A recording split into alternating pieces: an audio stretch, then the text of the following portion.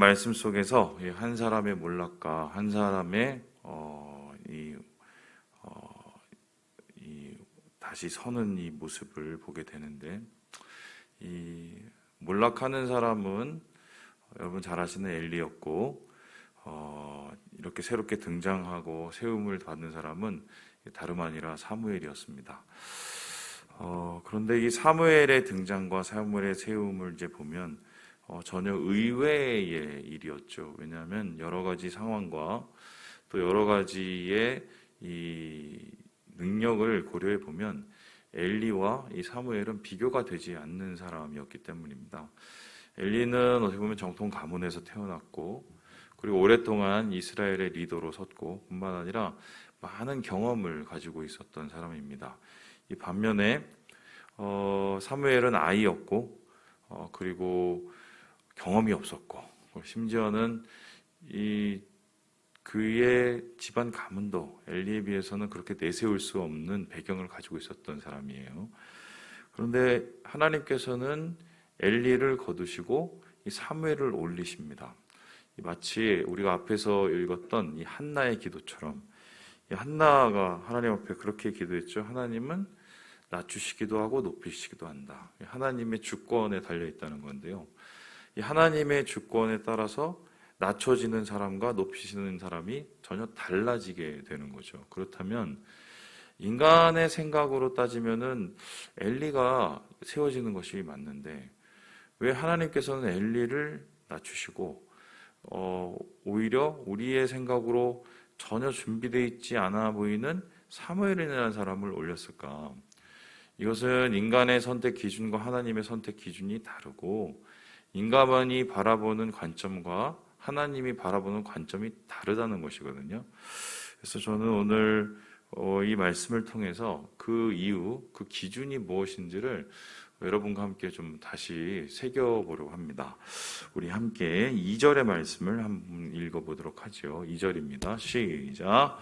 엘리의 눈이 점점 어두워가서 잘 보지 못하던 그때에 그가 자기 처소에 누웠고, 이 2절 말씀을 보니까 엘리가 점점 더 쇠락해가고 엘리가 눈이 점점 더 보이지 못하는 상황까지 이르렀다 봅니다. 이것은 단순히 노안이 오고 아니면은 노약해졌다라는 의미도 되지만, 이 성경에서 이러한 이야기를 먼저 다룰 때는 단순히 늙음의 이야기는 아니죠. 왜냐하면은 여러분 아시겠지만 모세는 나이가 120세가 되어도 그게 죽음 전에 오히려 그의 눈빛이 흐려지지 않았다고 얘기하지 않습니까? 그렇다면은 이것은 영적인 얘기죠. 우리의 영혼과 우리의 마음 중심이 어떠냐, 이걸 물어봤을 때 하나님께서 보시기에 엘리의 이 영적인 눈이 점점 어두워지고 판단이 흐려졌다는 소리인데요. 이러한 판단이 흐려졌을 때 엘리는 눈만 흐려진 게 아니라 영적인 감각, 귀도 흐려지게 되는 거죠. 그래서 하나님이 말씀하셔도 잘 듣지 못하고, 하나님이 보여주셔도 잘 보지 못하는, 사실 보이기도 하고 들리기는 하지만 정확하게 표현하면은 듣지도 않고 보려고도 하지 않는, 외면하는 이 모습이 엘리에게서 나타나는데요. 그렇게 가장 크게 엘리가 실수하였던 것이 무엇이냐 했었을 때 이것을 13절에 이렇게 얘기합니다. 우리 같이 한번 13절을 읽어보도록 하죠. 시작. 내가 그의 집을 영원토록 심판하겠다고 그에게 말한 것은 그가 아는 죄악 때문이니, 이는 그가 자기의 아들들이 저주를 자청하되 금하지 아니하였음이니라. 아들 때문에죠. 그러니까 아들 때문에 눈이 어두워졌는지 아니면 눈이 어두워져서 아들이 그 모양이 됐는지는 잘 모르겠어요. 이건 인과관계가 정확하지 않지만 중요한 거는 영적인 이 쇠락, 이 한 사람의 이 완전한 멸망이 자식하고 연관된다는 겁니다. 특별히 이 자식하고 연관된 문제는 어떤 것이었냐면, 이 비누아스와 홈리라는 두 아들이 저주를 자청한데 이것에 대해서 금하지 아니하였다는 것입니다. 여기서 말하는 저주는 여러분 잘 아시는 것처럼 하나님의 제사를 멸시하는 것이었습니다. 자기만 멸시하면 그나마 나을 텐데 다른 사람의 예배까지 막아서서 이스라엘의 영적인 기운이 사라지게끔 만든 게 이 비누아스와 홈리 아니었습니다. 그런데 엘리는 어떻게 보면은 이스라엘의 전체의 영적인 의무를 가진 대제사장이었기 때문에 이거를 금하는 게 맞죠. 공이 있고 사가 있으면 이 정확하게 따지면 공사 구분이 되면 아들을 그렇게 놔둬서는 안 됩니다. 타일러서 안 되면 그만 두게 만들고 그만 두게 만들어도 안 되면 아들을 아예 이 제사 드리는 이 실로에서 걷어냈어야 되죠. 그런데 그것을 행하지 못합니다. 그러니까 사가 공을 이겨버린 거죠. 그래서 이러한 모습 때문에 하나님께서는 그의 가정을 멸하실 수밖에 없고 엘리를 패할 수밖에 없다라고 얘기합니다. 그런데 저는 오늘 이 말씀을 읽다가 이 좀 뭐랄까요, 좀 충격적인 좀 느낌이 있었어요. 그게 뭐냐면 이 14절의 이야기를 같이 한번 읽어봅시다. 14절입니다. 시작. 그러므로 내가 엘리의 집에 대하여 맹세하기를 엘리 집의 죄악은 제물로나 예물로나 영원히 속죄함을 받지 못하리라 하였노라 하셨더라. 저는 이 얘기가 굉장히 좀 이렇게 충격적으로 와닿습니다. 우리의 생각에 이렇게 주님이 자비로우시고 은혜가 많으셔서 죄를 회개하고 용서를 구하면 하나님께서 그 죄를 용서해 주시고 회개를 받아 주실 거라는 기본적인 믿음이 있잖아요. 지금 우리는 이제 예수 그리스도의 보혈과 피를 바라보면서 그런 용서를 구하지만 지금 엘리의 집의 경우를 보면은 그 당시에는 예수 그리스도의 피가 있기 전이기 때문에 어떻게 보면은 제사를 통한 제물의 피, 희생을 통해서 하나님 앞에 용서를 구하고 용서를 받는 시스템이었어요. 그런데 하나님은 그렇게 속죄 제물을 아무리 드리거나 하나님 앞에 화해를 요청하는 제사를 드려도 절대로 이것은 속죄도 받을 수 없고 제사도 받을 수 없는 문제다. 한마디로 불가능한 이제 이 영적인 최악의 상황까지 이르렀다고 얘기하는 거죠. 여러분, 용서를 받지 못하는 죄에 대해서 어떻게 생각하십니까? 용서를 받지 못하는 죄. 이런 게 있을까요? 하나님이 용서를 절대 못해 줄 만한 죄가 이 세상에 있습니까? 예수님께서 이 땅에 오신 이후에 인간의 모든 죄를 사해 주신다고 말씀하셨죠. 그죠? 그럼 우리가 어떤 죄든 하나님 앞에 나아가서 예수님께 나아가서 우리가 용서를 구하면 주님께서 그걸 받아주시겠죠. 그럼에도 불구하고 용서가 안 되는 죄가 있어요. 신약에도 나와요. 그걸 뭐라고 그러냐면 성령 회방죄가 있습니다. 아시죠? 그러면 성령 회방죄는 뭡니까? 막 성령 있으면 갖고 어떻게 우리가 회방을 놓습니까? 안 되죠? 성령님이 우리에게 역사하시고 우리에게 말씀하시고 우리에게 일하시는데 그것을 우리가 듣지도 않고 우리가 그것을 받아들이지도 않고 뿐만 아니라 그것을 남이 듣고 누군가가 변화되는 것을 방해하는 일이죠. 그럼 성령 해방죄의 가장 큰 이 장소는 어디냐면 교회예요. 그러니까 하나님의 교회를, 주님의 교회를 예배하는 교회, 또 하나 되는 교회, 사랑하는 교회로 만들어야 되는데 그 성령님이 역사하시는 그 교회를 가로막아서는 사람, 마치 지금 엘리와 그 두 아들처럼 하나님 앞에 나아가는 제사의 발걸음을 가로막고 있잖아요. 그런데 이렇게 가로막는 사람, 이 사람은 도저히 고칠 수가 없는 질병이죠. 용서를 못 받는 게 아니라 정확하게 따지면 용서를 구하지도 못할 만큼 지금 완전히 망가져 버린 거예요. 근데 지금 엘리의 지금 영적 상태가 완전히 그 성령 해방죄까지 수준에 이르러서 이렇게 주님의 이 멸망의 심판을 받을 수밖에 없다. 자, 그렇다면은 이에 대한 하나님의 대처는 어떠한 것이었습니까?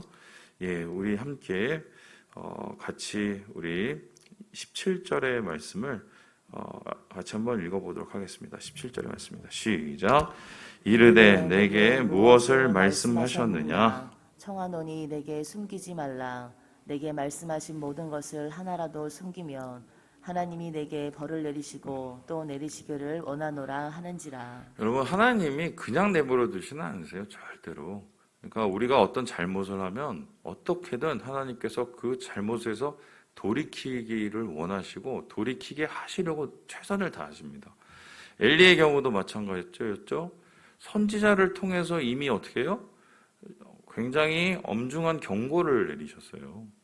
그리고 그 엄중한 경고 후에 한참 후에 사무엘을 통해서 그 경고를 다시 확인하시고 그 경고가 심판으로 이어졌다는 걸 얘기하십니다. 그러면 최소한 엘리가 그 전까지는 여기에 대해서 문제의식을 가지지 못했다고 생각할지라도 그 얘기를 듣고 사무엘에 다시 확인을 받을 때까지는 일종의 유예 기간이 있었단 말입니다.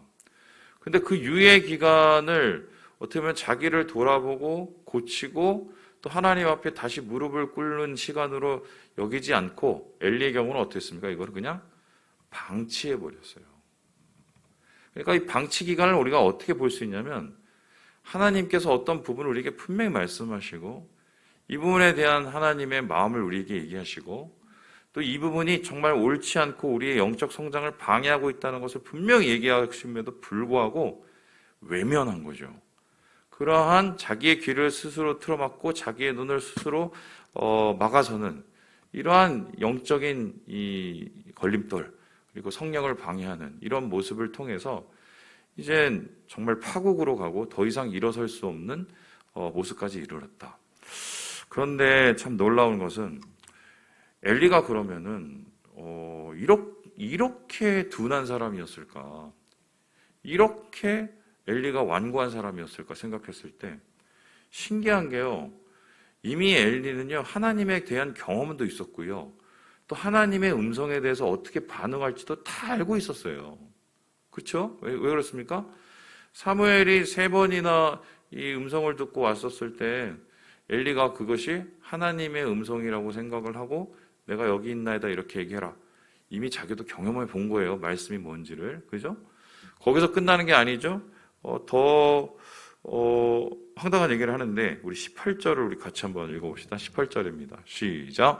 사무엘이 그것을 그에게 자세히 말하되 조금도 숨기지 아니하니 그가 이르되 이는 여호와시니 선하신 대로 하실 것이니라 하니라. 말씀에 어떻게 반응할지도 이미 다 알고 있는 거예요. 그러면 선하신 대로 하실 것이다. 하나님이 좋을 대로 좋을 대로 할 거야.